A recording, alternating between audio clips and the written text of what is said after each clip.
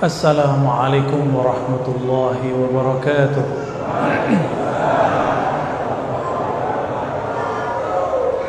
Alhamdulillahilladzi ja'alana min ummati sayyidina Muhammad sallallahu alaihi wasallam.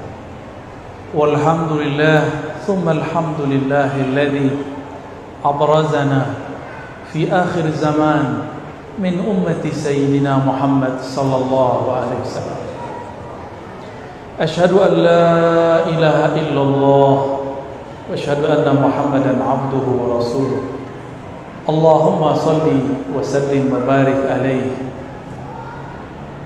Assalatu wassalamu alayka ya sayyidana ya Rasulullah. Assalatu wassalamu alayka ya abal arwah.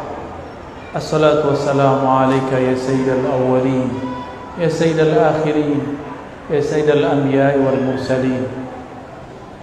Salamullah alaikum warahmatullahi wabarakatuh. Jamaah, para pecinta Allah, perindu Rasulullah sallallahu alaihi wasallam. Meskipun dari tadi kita sudah baca salawat-salawat kepada baginda Rasul sallallahu alaihi wasallam, kita juga sedang dengarkan ayat tentang hakikat Rasulullah sallallahu alaihi wasallam. Mari kita kirimkan mahar kerinduan surat Al-Fatihah. Kita kirimkan kepada baginda Nabi Muhammad sallallahu alaihi wasallam, para guru-guru kita, masyayikh kita, imam yang mengarang kitab ini, Al-Habib Al-Alamah Ad-Dai' Umar bin Muhammad bin Salim bin Hafiz. Begitu juga pengarang-pengarang kitab yang lain, Diyaul Lami, Taiba, Al-Barzanji. Kepada yang pertama kali menghidupkan Maulid Nabi, As-Sultan Al-Muzaffar Abu Sa'id Al-Kawkabari. Kepada iparnya Salahuddin Al-Ayubi, merekalah yang menghidupkan majlis ini. Untuk mereka kita kirimkan mahar kerinduan, tanda terima kasih. Al-Fatihah. أعوذ بالله من الشيطان الرجيم. مالك يوم الدين إياك نعبد صراط الذين أنعمت عليهم غير المغضوب عليهم ولا الضالين. Semoga berkah bacaan Al-Fatihah, surat pembuka, Allah buka hati pikiran kita, Allah buka ruh kita yang selama ini terpenjara oleh nafsiyah, kedirian, keegoan kita. Amin ya rabbal alamin. Bagaimana cara menumbuhkan rindu? Kenalilah yang dirindui, cintailah ia, dengarkan kisah-kisahnya. Maka malam ini saya akan kisah sebagian dari kisah beliau. Tatkala Abdullah pulang ke rumahnya, Abdullah dinikahkan dengan Aminah bintu Wahab. Abdullah menyebutkan dirinya, ana zabihani. Maka Nabi Muhammad mengatakan, ana ibnu zabihani. Aku adalah putra dari dua orang yang pernah akan disembelih. Pertama Abdullah, dan yang lebih awal lagi adalah Sayyidina Ismail alaihissalam. Dulu Sayyidina Abdullah pernah mau dibunuh. Bukan dibunuh, dinazarkan. Jika dia lahir, maka Abdul Muttalib akan menyembelihnya. Diundi. Undian ke-10 baru namanya hilang. 1 kali undian 10 kali domba. Maka 10 kali undian 100 domba. Abdullah mengatakan, ana ibnu mi'ati ghanamin. Aku seharga 100 domba. Mahal ya.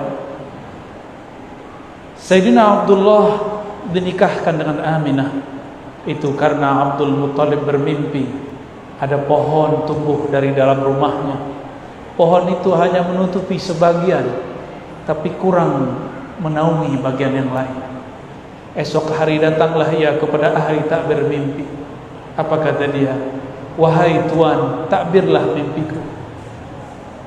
Maka sang pentakbir mimpi mengatakan, pohonmu artinya adalah dari nasabmu akan tumbuh, akan muncul seorang pemimpin di tanah Arab.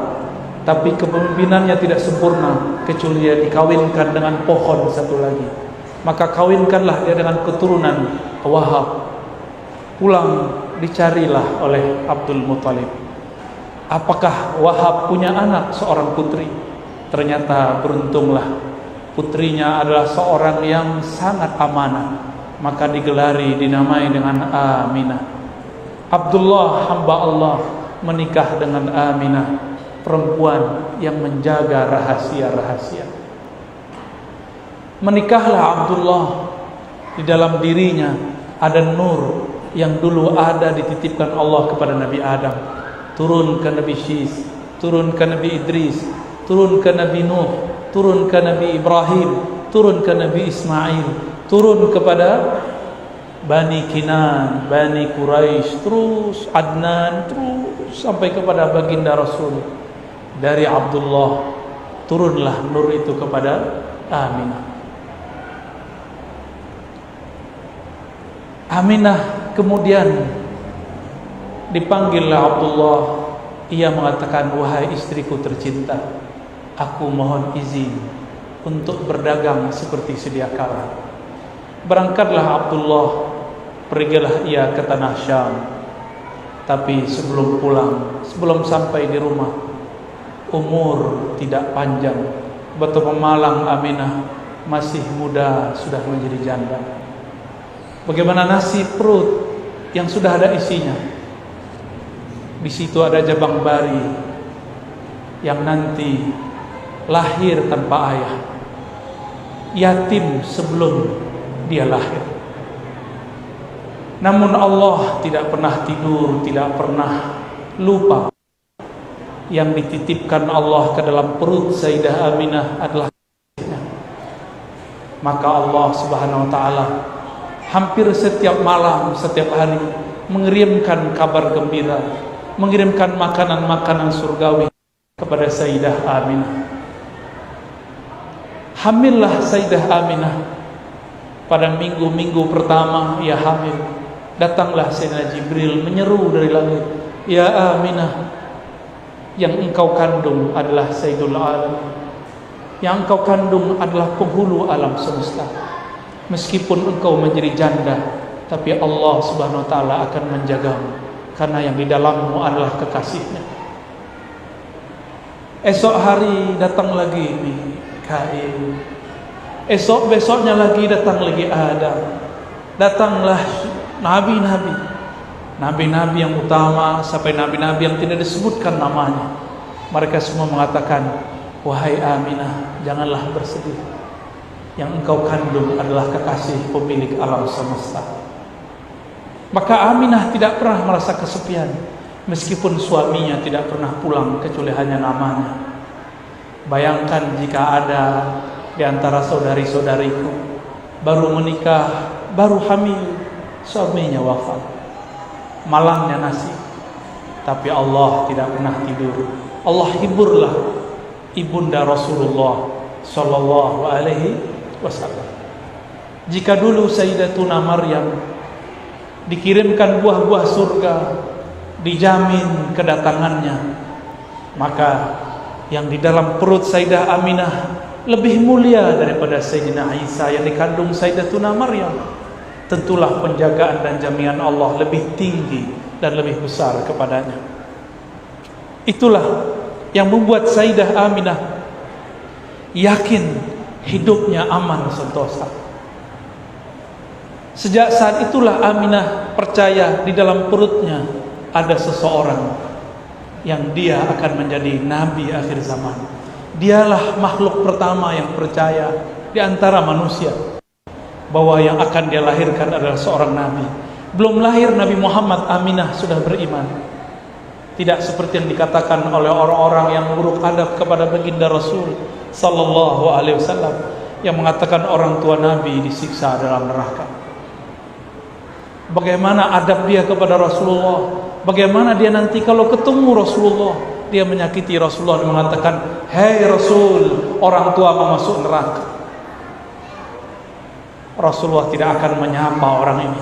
Maka adalah seorang ulama murid Imam Ghazali bernama Ibn al-Arabi al-Maliki al-Ma'afiri. Apa kata beliau? Siapapun yang mengatakan orang tua Nabi masuk neraka, mal'unun, terlaknat ia. Maka kita tidak akan berkata seperti kata-kata pelaknat. Berkembanglah, tapi Sayyidatuna Aminah tidak merasa beban di perutnya, karena beban itu telah ditanggung oleh Allah. Justru dia merasa hidupnya tambah terang, pikirannya tambah cerah. Bayangkan, siapakah di antara Ustadz, Kiai, Habib yang bermimpi ketemu Jibril? Adakah kita yang sudah baca kitab yang hafiz Quran bermimpi Mikail? Adakah di antara kita ketemu para nabi dalam tidur-tidurnya? Adakah di antara kita yang dihibur oleh malaikat-malaikat ketika dia bermenung? Tidak ada. Orang yang dianggap wali, dianggap habib sekalipun belum tentu mendapatkan kemuliaan ini. Itulah Aminah radhiyallahu taala anha, awwalu man amana bi nubuwwatihi qabla miladi. Orang pertama yang percaya kepada Nabi Muhammad sebelum dia lahir. Pendek cerita, sampailah 9 bulan. Allah pun menghadirkan 2 ruh mulia, Sayyidatuna Asiyah yang dulu pernah beriman di bawah kezaliman Fir'aun, dan yang kedua Maryam yang dulu pernah dikucilkan oleh orang-orang sukunya, Alu Imran. Mereka datang, ruhnya datang menyambut baginda Nabi Muhammad sallallahu alaihi wasallam. Apa kata Sayyidatuna Aminah? Ketika aku melahirkan Muhammad, ra'aitu nur, aku melihat cahaya. Cahaya itu meliputi langit, meliputi bumi. Cahayanya membuat bergetar kekaisaran Romawi, membuat padam Tuhan-Tuhan Majusi, membuat roboh runtuh berhala-berhala Makkah. Cahaya di atas cahaya, bahkan matahari pun bergetar. Lahir sumber dari cahayanya baginda Nabi Muhammad sallallahu alaihi wasallam. Rembulan pun girang menangis, dia bergetar. Maka sang rembulan mengatakan, namaku Al-Badar adalah memindam namanya. Maka hari mengatakan, aku matahari pelita, itu adalah nama Muhammad sallallahu alaihi wasallam. Jika bulan mengatakan aku pantulan matahari, matahari mengatakan sumberku dari nur Muhammad sallallahu alaihi wasallam. Dialah Asy-Syams, dialah Al-Badr, tala'al badru alaina. Itulah yang kita baca dalam syair-syair. Tala'al badru alaina, anta syamsun anta badrun. Engkaulah syams. Syamsun artinya pelita, matahari yang sebenarnya. Dialah sebenarnya Al-Badr, bulan purnama. Baginda Rasul lahir. Kemudian setelah 2 ruh suci ini kembali, diambillah oleh Suwaibah al-Aslamiyah, budak daripada Abu Lahab, paman Rasulullah sallallahu alaihi wasallam. Suwaibah karena Aminah masih lemas, Suwaibah menyusukan Rasulullah sallallahu alaihi wasallam. Suwaibah karena menyusukan Nabi, dia seorang budak, dia taruhlah anak itu. Aminah sadar, maka disusui oleh ibunya. Suwaibah pun pulang ke rumah tuannya Abu Lahab, mengabarkan, wahai tuan, keponakanmu, anak dari Abdullah telah lahir, Muhammad namanya. Abu Lahab merinding. Itu hari Isnin, hari Senin, hari yang tadi. Abu Lahab kemudian mengatakan, wahai Suwaibah, saksikanlah bahwa engkau merdeka hari ini. Kenapa ia dimerdekakan? Karena dia menyusui Nabi Muhammad sallallahu alaihi wasallam. Siapapun yang bersentuhan dengan Rasulullah, dengan zat Nabi Muhammad sallallahu alaihi wasallam, maka dia mulia. Maka disebutkan dalam hadis yang kualitasnya oleh Imam Suyuti dikatakan naik menjadi hasan li ghairihi, menjadi bagus karena ada dalil-dalil lain yang menguatkannya. Ketika Abu Lahab mati, setiap hari Senin di alam barzakh, khaffafallahu anhu. Tersebutlah dalam kitab Diyaul Lami. Kalau di kitab ini halaman 34, annal azaba mukhaffafun fi kulli isnain li farhatihi biman wafana. Abu Lahab diringankan siksaannya setiap yaumul isnain, setiap hari Senin, li farhatihi, karena dia bahagia dengan kelahiran Nabi besar kita Muhammad sallallahu alaihi wasallam. Apa kata sahib kitab dia ulama? Hadza ma'al kufri fa kaifa bi farhati man di fuadin intala imana. Ini diringankan azabnya karena dia bahagia sedangkan dia masih kafir. Bagaimana jika kalbu seseorang itu percaya kepada Nabi Muhammad SAW, maka dia diberkahi setiap saat dari ini. Tidak hanya yaumul isnain, tapi setiap kali dia merayakan, dia berbahagia farhan kelahiran Nabi Muhammad SAW. Allah akan kurangi beban hidupnya. Allah akan pikul bersama-sama bebannya. Wa rafa'na laka dzikrak. Rasulullah telah diangkat ketinggian namanya. Maka siapa yang meninggikannya ikut ditinggikan oleh Allah Subhanahu wa taala. Jamaah yang dimuliakan Allah, itu Abu Lahab diringankan Allah karena dia farhan, dia bahagia karena baginda Nabi Muhammad sallallahu alaihi wasallam lahir. Apapun yang percaya kepada baginda Rasulullah sallallahu alaihi wasallam, dan dia bahagia dengan kelahiran Nabi Muhammad sallallahu alaihi wasallam, falahu, bagi dia barakat, rahmat, keberkahan yang melimpah, rahmat-rahmat tiada bertepi. Suwaibah menyusui Rasulullah karena orang Arab Makkah saat itu punya tradisi menyusukan anaknya kepada selain mereka. Maka muncullah masa, adalah hari di saat orang-orang dari Bani Sa'diyah datang untuk menyusui orang Mekah. Sebanyak itu perempuan yang gemuk-gemuk, ibu-ibu yang baru melahirkan, tidak ada satupun yang minat Rasulullah SAW. Rasulullah SAW disodorkan ke ibu yang cantik, yang gemuk, kira-kira air susunya sangat banyak. Ternyata beliau tidak mau. Kenapa? Karena hampir semua perempuan yang berisi badannya, yang kenyal, yang sehat, itu ketika menyusui Rasulullah, dia susui anak si perempuan itu dahulu dengan kanannya, Rasulullah ke bagian kirinya. Rasulullah tidak mau meminum bagian kirinya. Berbeda dengan Halimah. Dia Halimah sangat santun dan sangat sopan. Ketika dia mau menyusui Sayyidina Muhammad, maka diletakkan anaknya sebelah kiri. Dia ambil Nabi Muhammad. Maka sang Nabi kecil langsung mau menyusui perempuan yang sangat kurus malam. Dia punya ternak-ternaknya banyak yang mati. Dia punya ternak domba yang bisa mengeluarkan susu, tapi susunya tiada yang keluar. Tapi semenjak dia mendatangi Nabi Muhammad dibawa pulang. Semua ternaknya gemuk, semua air susu pun mengalir. Diangkatlah oleh Allah derajat Halimah yang tadinya fakir, miskin, menjadi keluarga yang penuh diberkahi. Tadinya mendapatkan bagian sedekah susu, sekarang dia membagi bagian susu ke tetangga-tetangganya. Kenapa? Di rumahnya ada bayi kecil, Sayyidul Alamin, Sayyidina Muhammad sallallahu alaihi wasallam. Halimah, dia orang yang miskin tapi dia sabar. Rasulullah mengatakan, Allahumma ja'alni miskina. Ya Allah, Engkau kayakan aku, tapi jadikan styleku style orang miskin. Karena dulu yang menyusukanku seorang yang miskin. Sallallahu alaihi wasallam. Pendek cerita, umur beliau sudah sampai 7 tahun. Bermain-main dengan saudara susunya di satu tempat.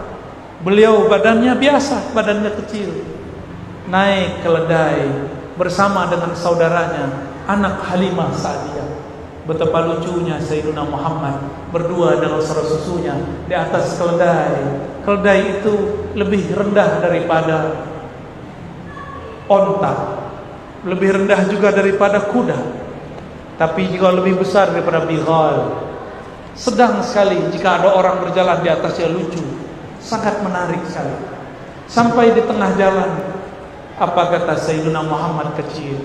wahai saudara susuku, aku kehausan, aku pengen makan dan minum. Jika engkau berkenan, jemputlah ke rumah ibumu, aku sungkan kepada ibu.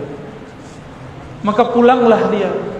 Tapi ketika dia pulang, balik lagi. Ketika dia balik, dia melihat Nabi Muhammad SAW sedang dibelah dadanya oleh dua sosok bersayap, sangat besar, tapi wajahnya sangat indah. Kemudian si anak ini lari kepada ibunya. Wahai ibunda, kutila Muhammadun, kutila akhi Muhammadun, saudaraku dibunuh oleh dua sosok yang tidak tahu dari mana. Halimah pun ketakutan, wajahnya pucat, bulu romanya merinding. Dia penuh ketakutan, dia panggil suaminya, wahai suamiku, anak kita Muhammad, anak kita dibunuh oleh seseorang. Dia menangis, dia berteriak, ya Muhammad, ya Muhammad. Ternyata sampai di sana Nabi Muhammad SAW main-main seperti sedia kala. Dia peluklah Nabi Muhammad SAW yang tadinya jantungnya tidak mau copot, tapi melihat Nabi Muhammad masih utuh sedia kala, dia bahagianya bukan main. Ternyata anakku, anak susuku masih hidup, sumber keberkahanku masih hidup. Walhasil, Sayyidatuna Halimah mengatakan kepada suaminya, wahai suamiku, anak kita bukan anak biasa. Dia dicari bukan hanya oleh orang dibunuh, tapi seperti yang dikatakan Muhammad.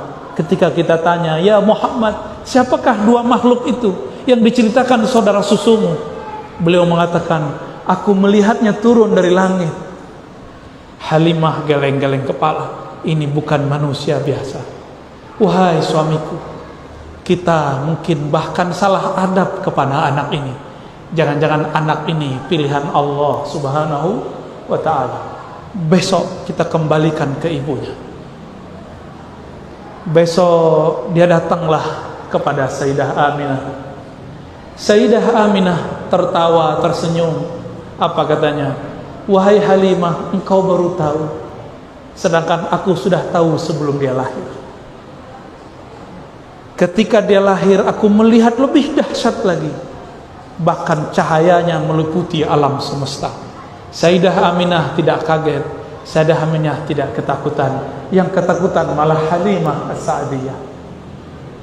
Sejak saat itulah Halimah Sa'diyah hanya mendengar kabar tentang anak susunya. Nabi Muhammad kecil dibesarkan oleh ibunya. Dia ajak ziarah, dia ajak kemana-mana. Nabi Muhammad SAW kecil, tapi pembicaranya seperti orang besar. Berkalam tauhid, ahad, tidak pernah masuk ke dalam Masjidil Haram lalu menyembah Latta dan Uzza. Beliau tidak pernah menyembah satu berhala pun, tidak pernah meminum satu teguk khamar pun, tidak pernah maling satu buah pun, tidak pernah mematahkan satu ranting pun. Baginda Nabi Muhammad sallallahu alaihi wasallam, ketika beliau mulai menjadi anak-anak, mulai remaja, beliau disuruh oleh kakeknya dan pamannya diberi tugas menjadi seorang pengembala domba. Pengembala domba itu harus punya sifat. Sifatnya sifat sabar, tiada batas. Harus rigid, harus tahu ada domba, ada kambing yang tidak ikut serta. Dan tidak boleh mengambil satu pun sampai lapor kepada tuannya. Nabi Muhammad belajar di situ amanah. Beliau belajar di situ bagaimana sabar. Jangankan manusia, domba pun beliau sangat sayang. Nabi Muhammad kecil kemudian berkembang jadi dewasa. Sebelum beliau berumur 20 tahun terjadi perang di antara orang-orang Arab. Nabi pun ikut berperang. Kemudian selesai perang, terjadilah rapat besar di Ka'bah. Orang-orang di Ka'bah, semua suku sepakat untuk merenovasi masjid pertama di alam semesta. Mereka runtuhkanlah Ka'bah, dibangunlah Ka'bah yang baru. Tapi ketika mereka hendak menaikkan Hajar Aswad, semuanya merasa berhak. Ada 4 suku, semuanya mengatakan aku lebih tua. Yang satu mengatakan aku paling banyak memberi donasi. Yang lain mengatakan aku, kami. Di saat seperti itu, datanglah Sayyidina Muhammad SAW menawarkan suatu penyelesaian masalah. Apa kata beliau? Wahai tuan-tuan, wahai paman-pamanku, kakek-kakekku, maukah kalian aku tunjukkan cara yang paling mudah, semuanya kebagian. Maka beliau turunkan ridaknya. Ini namanya ridak, selendang. Selendang ini dipegang satu sudut oleh satu suku, dan suku yang lain. Lalu Nabi Muhammad mengatakan, saksikanlah, izinkan aku mengangkat batunya, lalu kalian taruh ke Ka'bah. Maka semuanya sepakat. Kenapa? Semua suku dapat kebagian. Semenjak saat itulah baginda Nabi Muhammad SAW bernama Fatanah, seseorang yang bersosok cerdas, sangat cerdas. Orang yang tadinya bertengkar, datang beliau selesai semua masalah. Suatu kali beliau diajak oleh Abu Talib, paman beliau. Wahai Muhammad anakku, kata Abu Talib, karena Abu Talib adalah abang kakanda daripada Abdullah. Ikutlah aku berdagang ke negeri Syam. Syam dulu dinamakan negeri Rum, negeri Romawi Timur. Bahasanya bahasa Yunani, bahasa Romawi. 2 bahasa itu dipakai. Makanya ibu kotanya dalam bahasa Arab disebut Dimashq, dalam bahasa sana disebut Damaskus. Ada us menunjukkan bahasa asli sana. Diajaklah Nabi Muhammad SAW remaja untuk berangkat ke negeri Syam. Ternyata sebelum masuk ke pusat kota Damaskus, sudah ada rahib yang setiap hari melihat adakah kafilah yang membawa tanda-tanda kerasulan. Bertahun-tahun, puluhan tahun dia menunggu, karena dia membaca di kitab Injil bahwa sang Nabi akhir zaman jika melewati sesuatu tempat, pohon-pohon pun merunduk, hewan-hewan pun sujud, semua batu-batu mengucapkan salam, Assalamualaikum ya Rasulullah.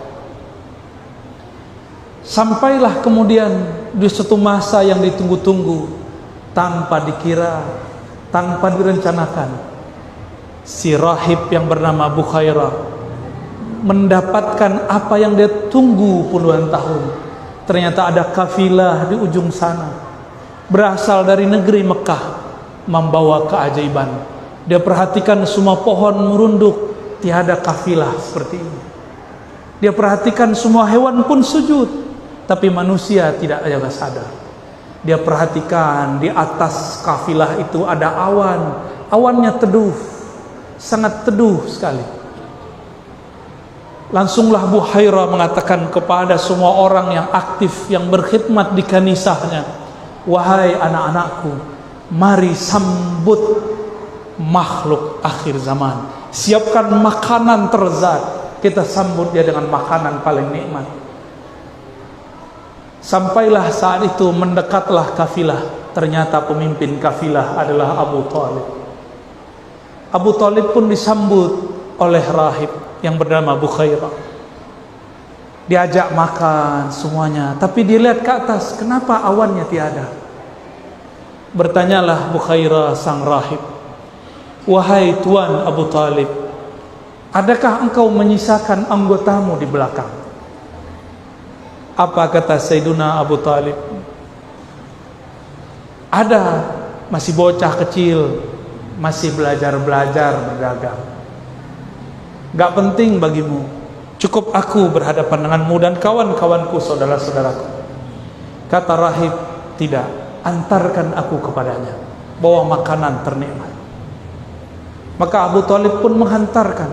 Bertemulah Bukhairah, bertemulah ia. Tidak sanggup dia menahan air matanya, dia peluk Muhammad kecil. Apa kata dia?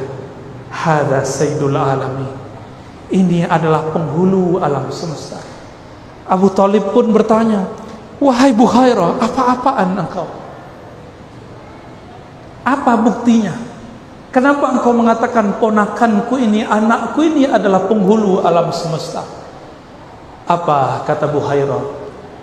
Di dalam kitab suci kami ditulis, Nabi akhir zaman tiadalah melewati suatu pohon kecuali pohon runduk kepadanya.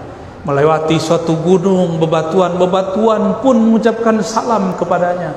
Tiadalah hewan melewatinya kecuali sujud kepadanya. Aku memperhatikan dia semenjak engkau datang dari sudut jalan sana sampai di tempat ini.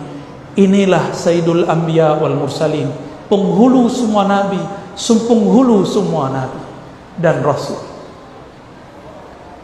Tercenganglah Abu Thalib. Ternyata keponakannya bukan sembarang orang. Wajar, ini anak dari sosok Abdullah yang harganya 100 domba. Akhirnya Bukhairah mensabdakan kalamnya. Apa katanya? Wahai Abu Thalib, tolong dengarkan kata-kataku. Pulangkan anakmu hari ini juga. Jangan bawa ke dalam kota. Jika orang-orang Rum mengetahui ciri-ciri anakmu, mereka akan membunuhnya. Sayaqtuluna. Dalam riwayat yang tidak disebutkan, terjadilah dialog panjang Bukhairah dengan sang Nabi. Karena sang Nabi tidak pernah syirik. Sang Nabi selalu berkalam-kalam tauhid. Disitulah sempurnanya tauhid Bukhairah. Disitulah dia sudah percaya kepada Nabi Muhammad sebelum beliau mendakwahkan kenabiannya. Itulah kesempurnaan Bukhairah. Dia mendapatkan dua keutamaan. Iman ke Nabi Isa, iman ke Nabi Musa. Dia juga iman kepada Nabi akhir zaman. Setelah itu tidak disebutkan lagi kabar. Dikirimlah seseorang untuk mengantarkan Nabi Muhammad pulang. Nabi Muhammad pun kembali menjadi pengembala domba. Bukhairah tidak dikabarkan kecuali dia wafat. Sempurna imannya. Dia berdoa, ya Rabb, hajatku telah sampai. Aku telah bertemu sang Nabi akhir zaman. Jemputlah aku, meninggallah ia. Ditutuplah kanisahnya. Sallallahu alaihi wasallam. Itulah Nabiuna Muhammad sallallahu alaihi wasallam. Ia jika ditemui oleh bebatuan, batu mengucapkan salam kepadanya. Salam itulah yang antum baca tadi. Ya Nabi, salam alaik. Salam itu dimasukkan ke dalam kitab-kitab yang berisikan madaih, maulid. Itulah yang kita baca. Karena kita malu kepada pepohonan, malu kepada hewan-hewan, malu kepada bebatuan. Batu yang keras kenal Rasulullah. Betapa keras kolbu ini. Orang mahalul qiyam disebut assalamu alaika, ya Nabi salam alaika, tapi hati ini tidak juga tersentuh, tidak juga merinding, tidak juga bergetar. Betapa bohongnya kita. Disebut namanya tidak berselawat, disebut kisahnya tidak merinding, disebut sifat-sifatnya tidak merindu. Bagaimana kita mengikuti syair kullul qulub, semua kolbu kepada habibnya, ilal habibi tamilu, kepada kekasihnya pasti condong. Jika disebut nama kekasih, pasti air matanya mengalir. Inilah yang ditahan-tahan para perindu. Inilah yang ditahan-tahan para pecinta. Jika kolbunya kuat, dia bisa menahan tangisnya kepada baginda Nabi Muhammad sallallahu alaihi wasallam. Pendek cerita, Nabi Muhammad pun kemudian malakoni menjadi manusia biasa. Abu Thalib pun menjaga secret rahasia itu, sehingga banyak yang tidak tahu bahwa Abu Thalib termasuk orang nomor 2 yang percaya kepada Nabi Muhammad sallallahu alaihi wasallam. Mungkin nomor 3 setelah Bukhairah. Tapi kadang-kadang kita menggunakan beberapa riwayat yang lain bahwa Abu Thalib dikatakan tidak beriman. Saya meyakini Abu Thalib adalah orang nomor 3 atau nomor 2 yang beriman setelah Sayyidah Aminah, Bukhairah, lalu Abu Talib? Apakah kurang perjuangan Abu Talib ketika orang-orang Quraisy yang kafir ingin membunuh Nabi Muhammad? Beliaulah yang menjaga. Apa perjuangan antum kepada Rasulullah sehingga berani mengatakan Abu Talib kafir? Adakah yang menjaga Rasulullah SAW seperti Abu Talib? Adakah yang berkorban hidup matinya untuk Rasulullah seperti Abu Talib? Maka beradablah kepada Rasulullah. Hentikan kata-kata Abu Talib finnar, kata-kata Abdullah finnar, kata-kata Aminah finnar. Itu kata-kata yang membuat nabimu sedih, kata-kata yang membuat Nabi Muhammad tidak suka.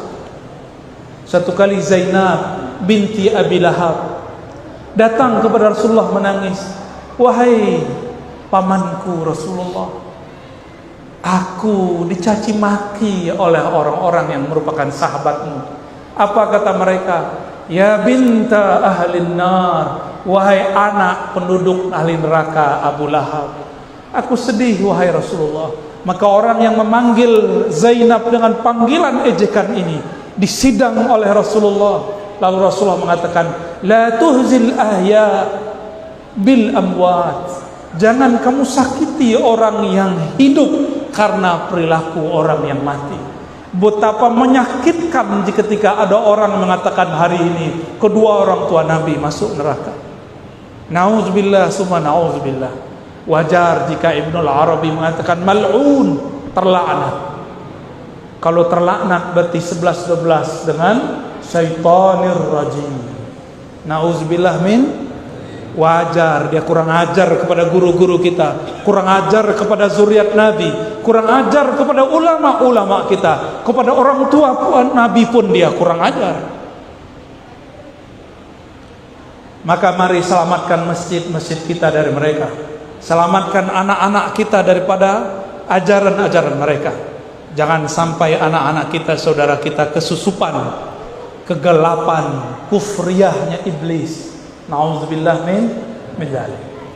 Bapak saudara makan Allah, itulah beberapa kisah yang dapat saya bagikan tentang baginda Nabi Muhammad sallallahu alaihi wasallam. Jika diteruskan, bisa saya yang tidak kuat, bisa antum yang menjerit. Semoga cinta ini sampai kepada baginda Nabi Muhammad sallallahu alaihi wasallam. Ya Sayyidana ya Rasulullah, wahai baginda Rasulullah, kami malam ini berkumpul di masjid yang nama masjidnya pun diambil dari gelarmu, Masjid Nabawi. Izinkan kami meneguk air haudmu, air telagamu nanti, wahai Rasulullah. Wahai Rasulullah, terimalah salam dari kami, terimalah rindu dari kami, terimalah cinta dari kami.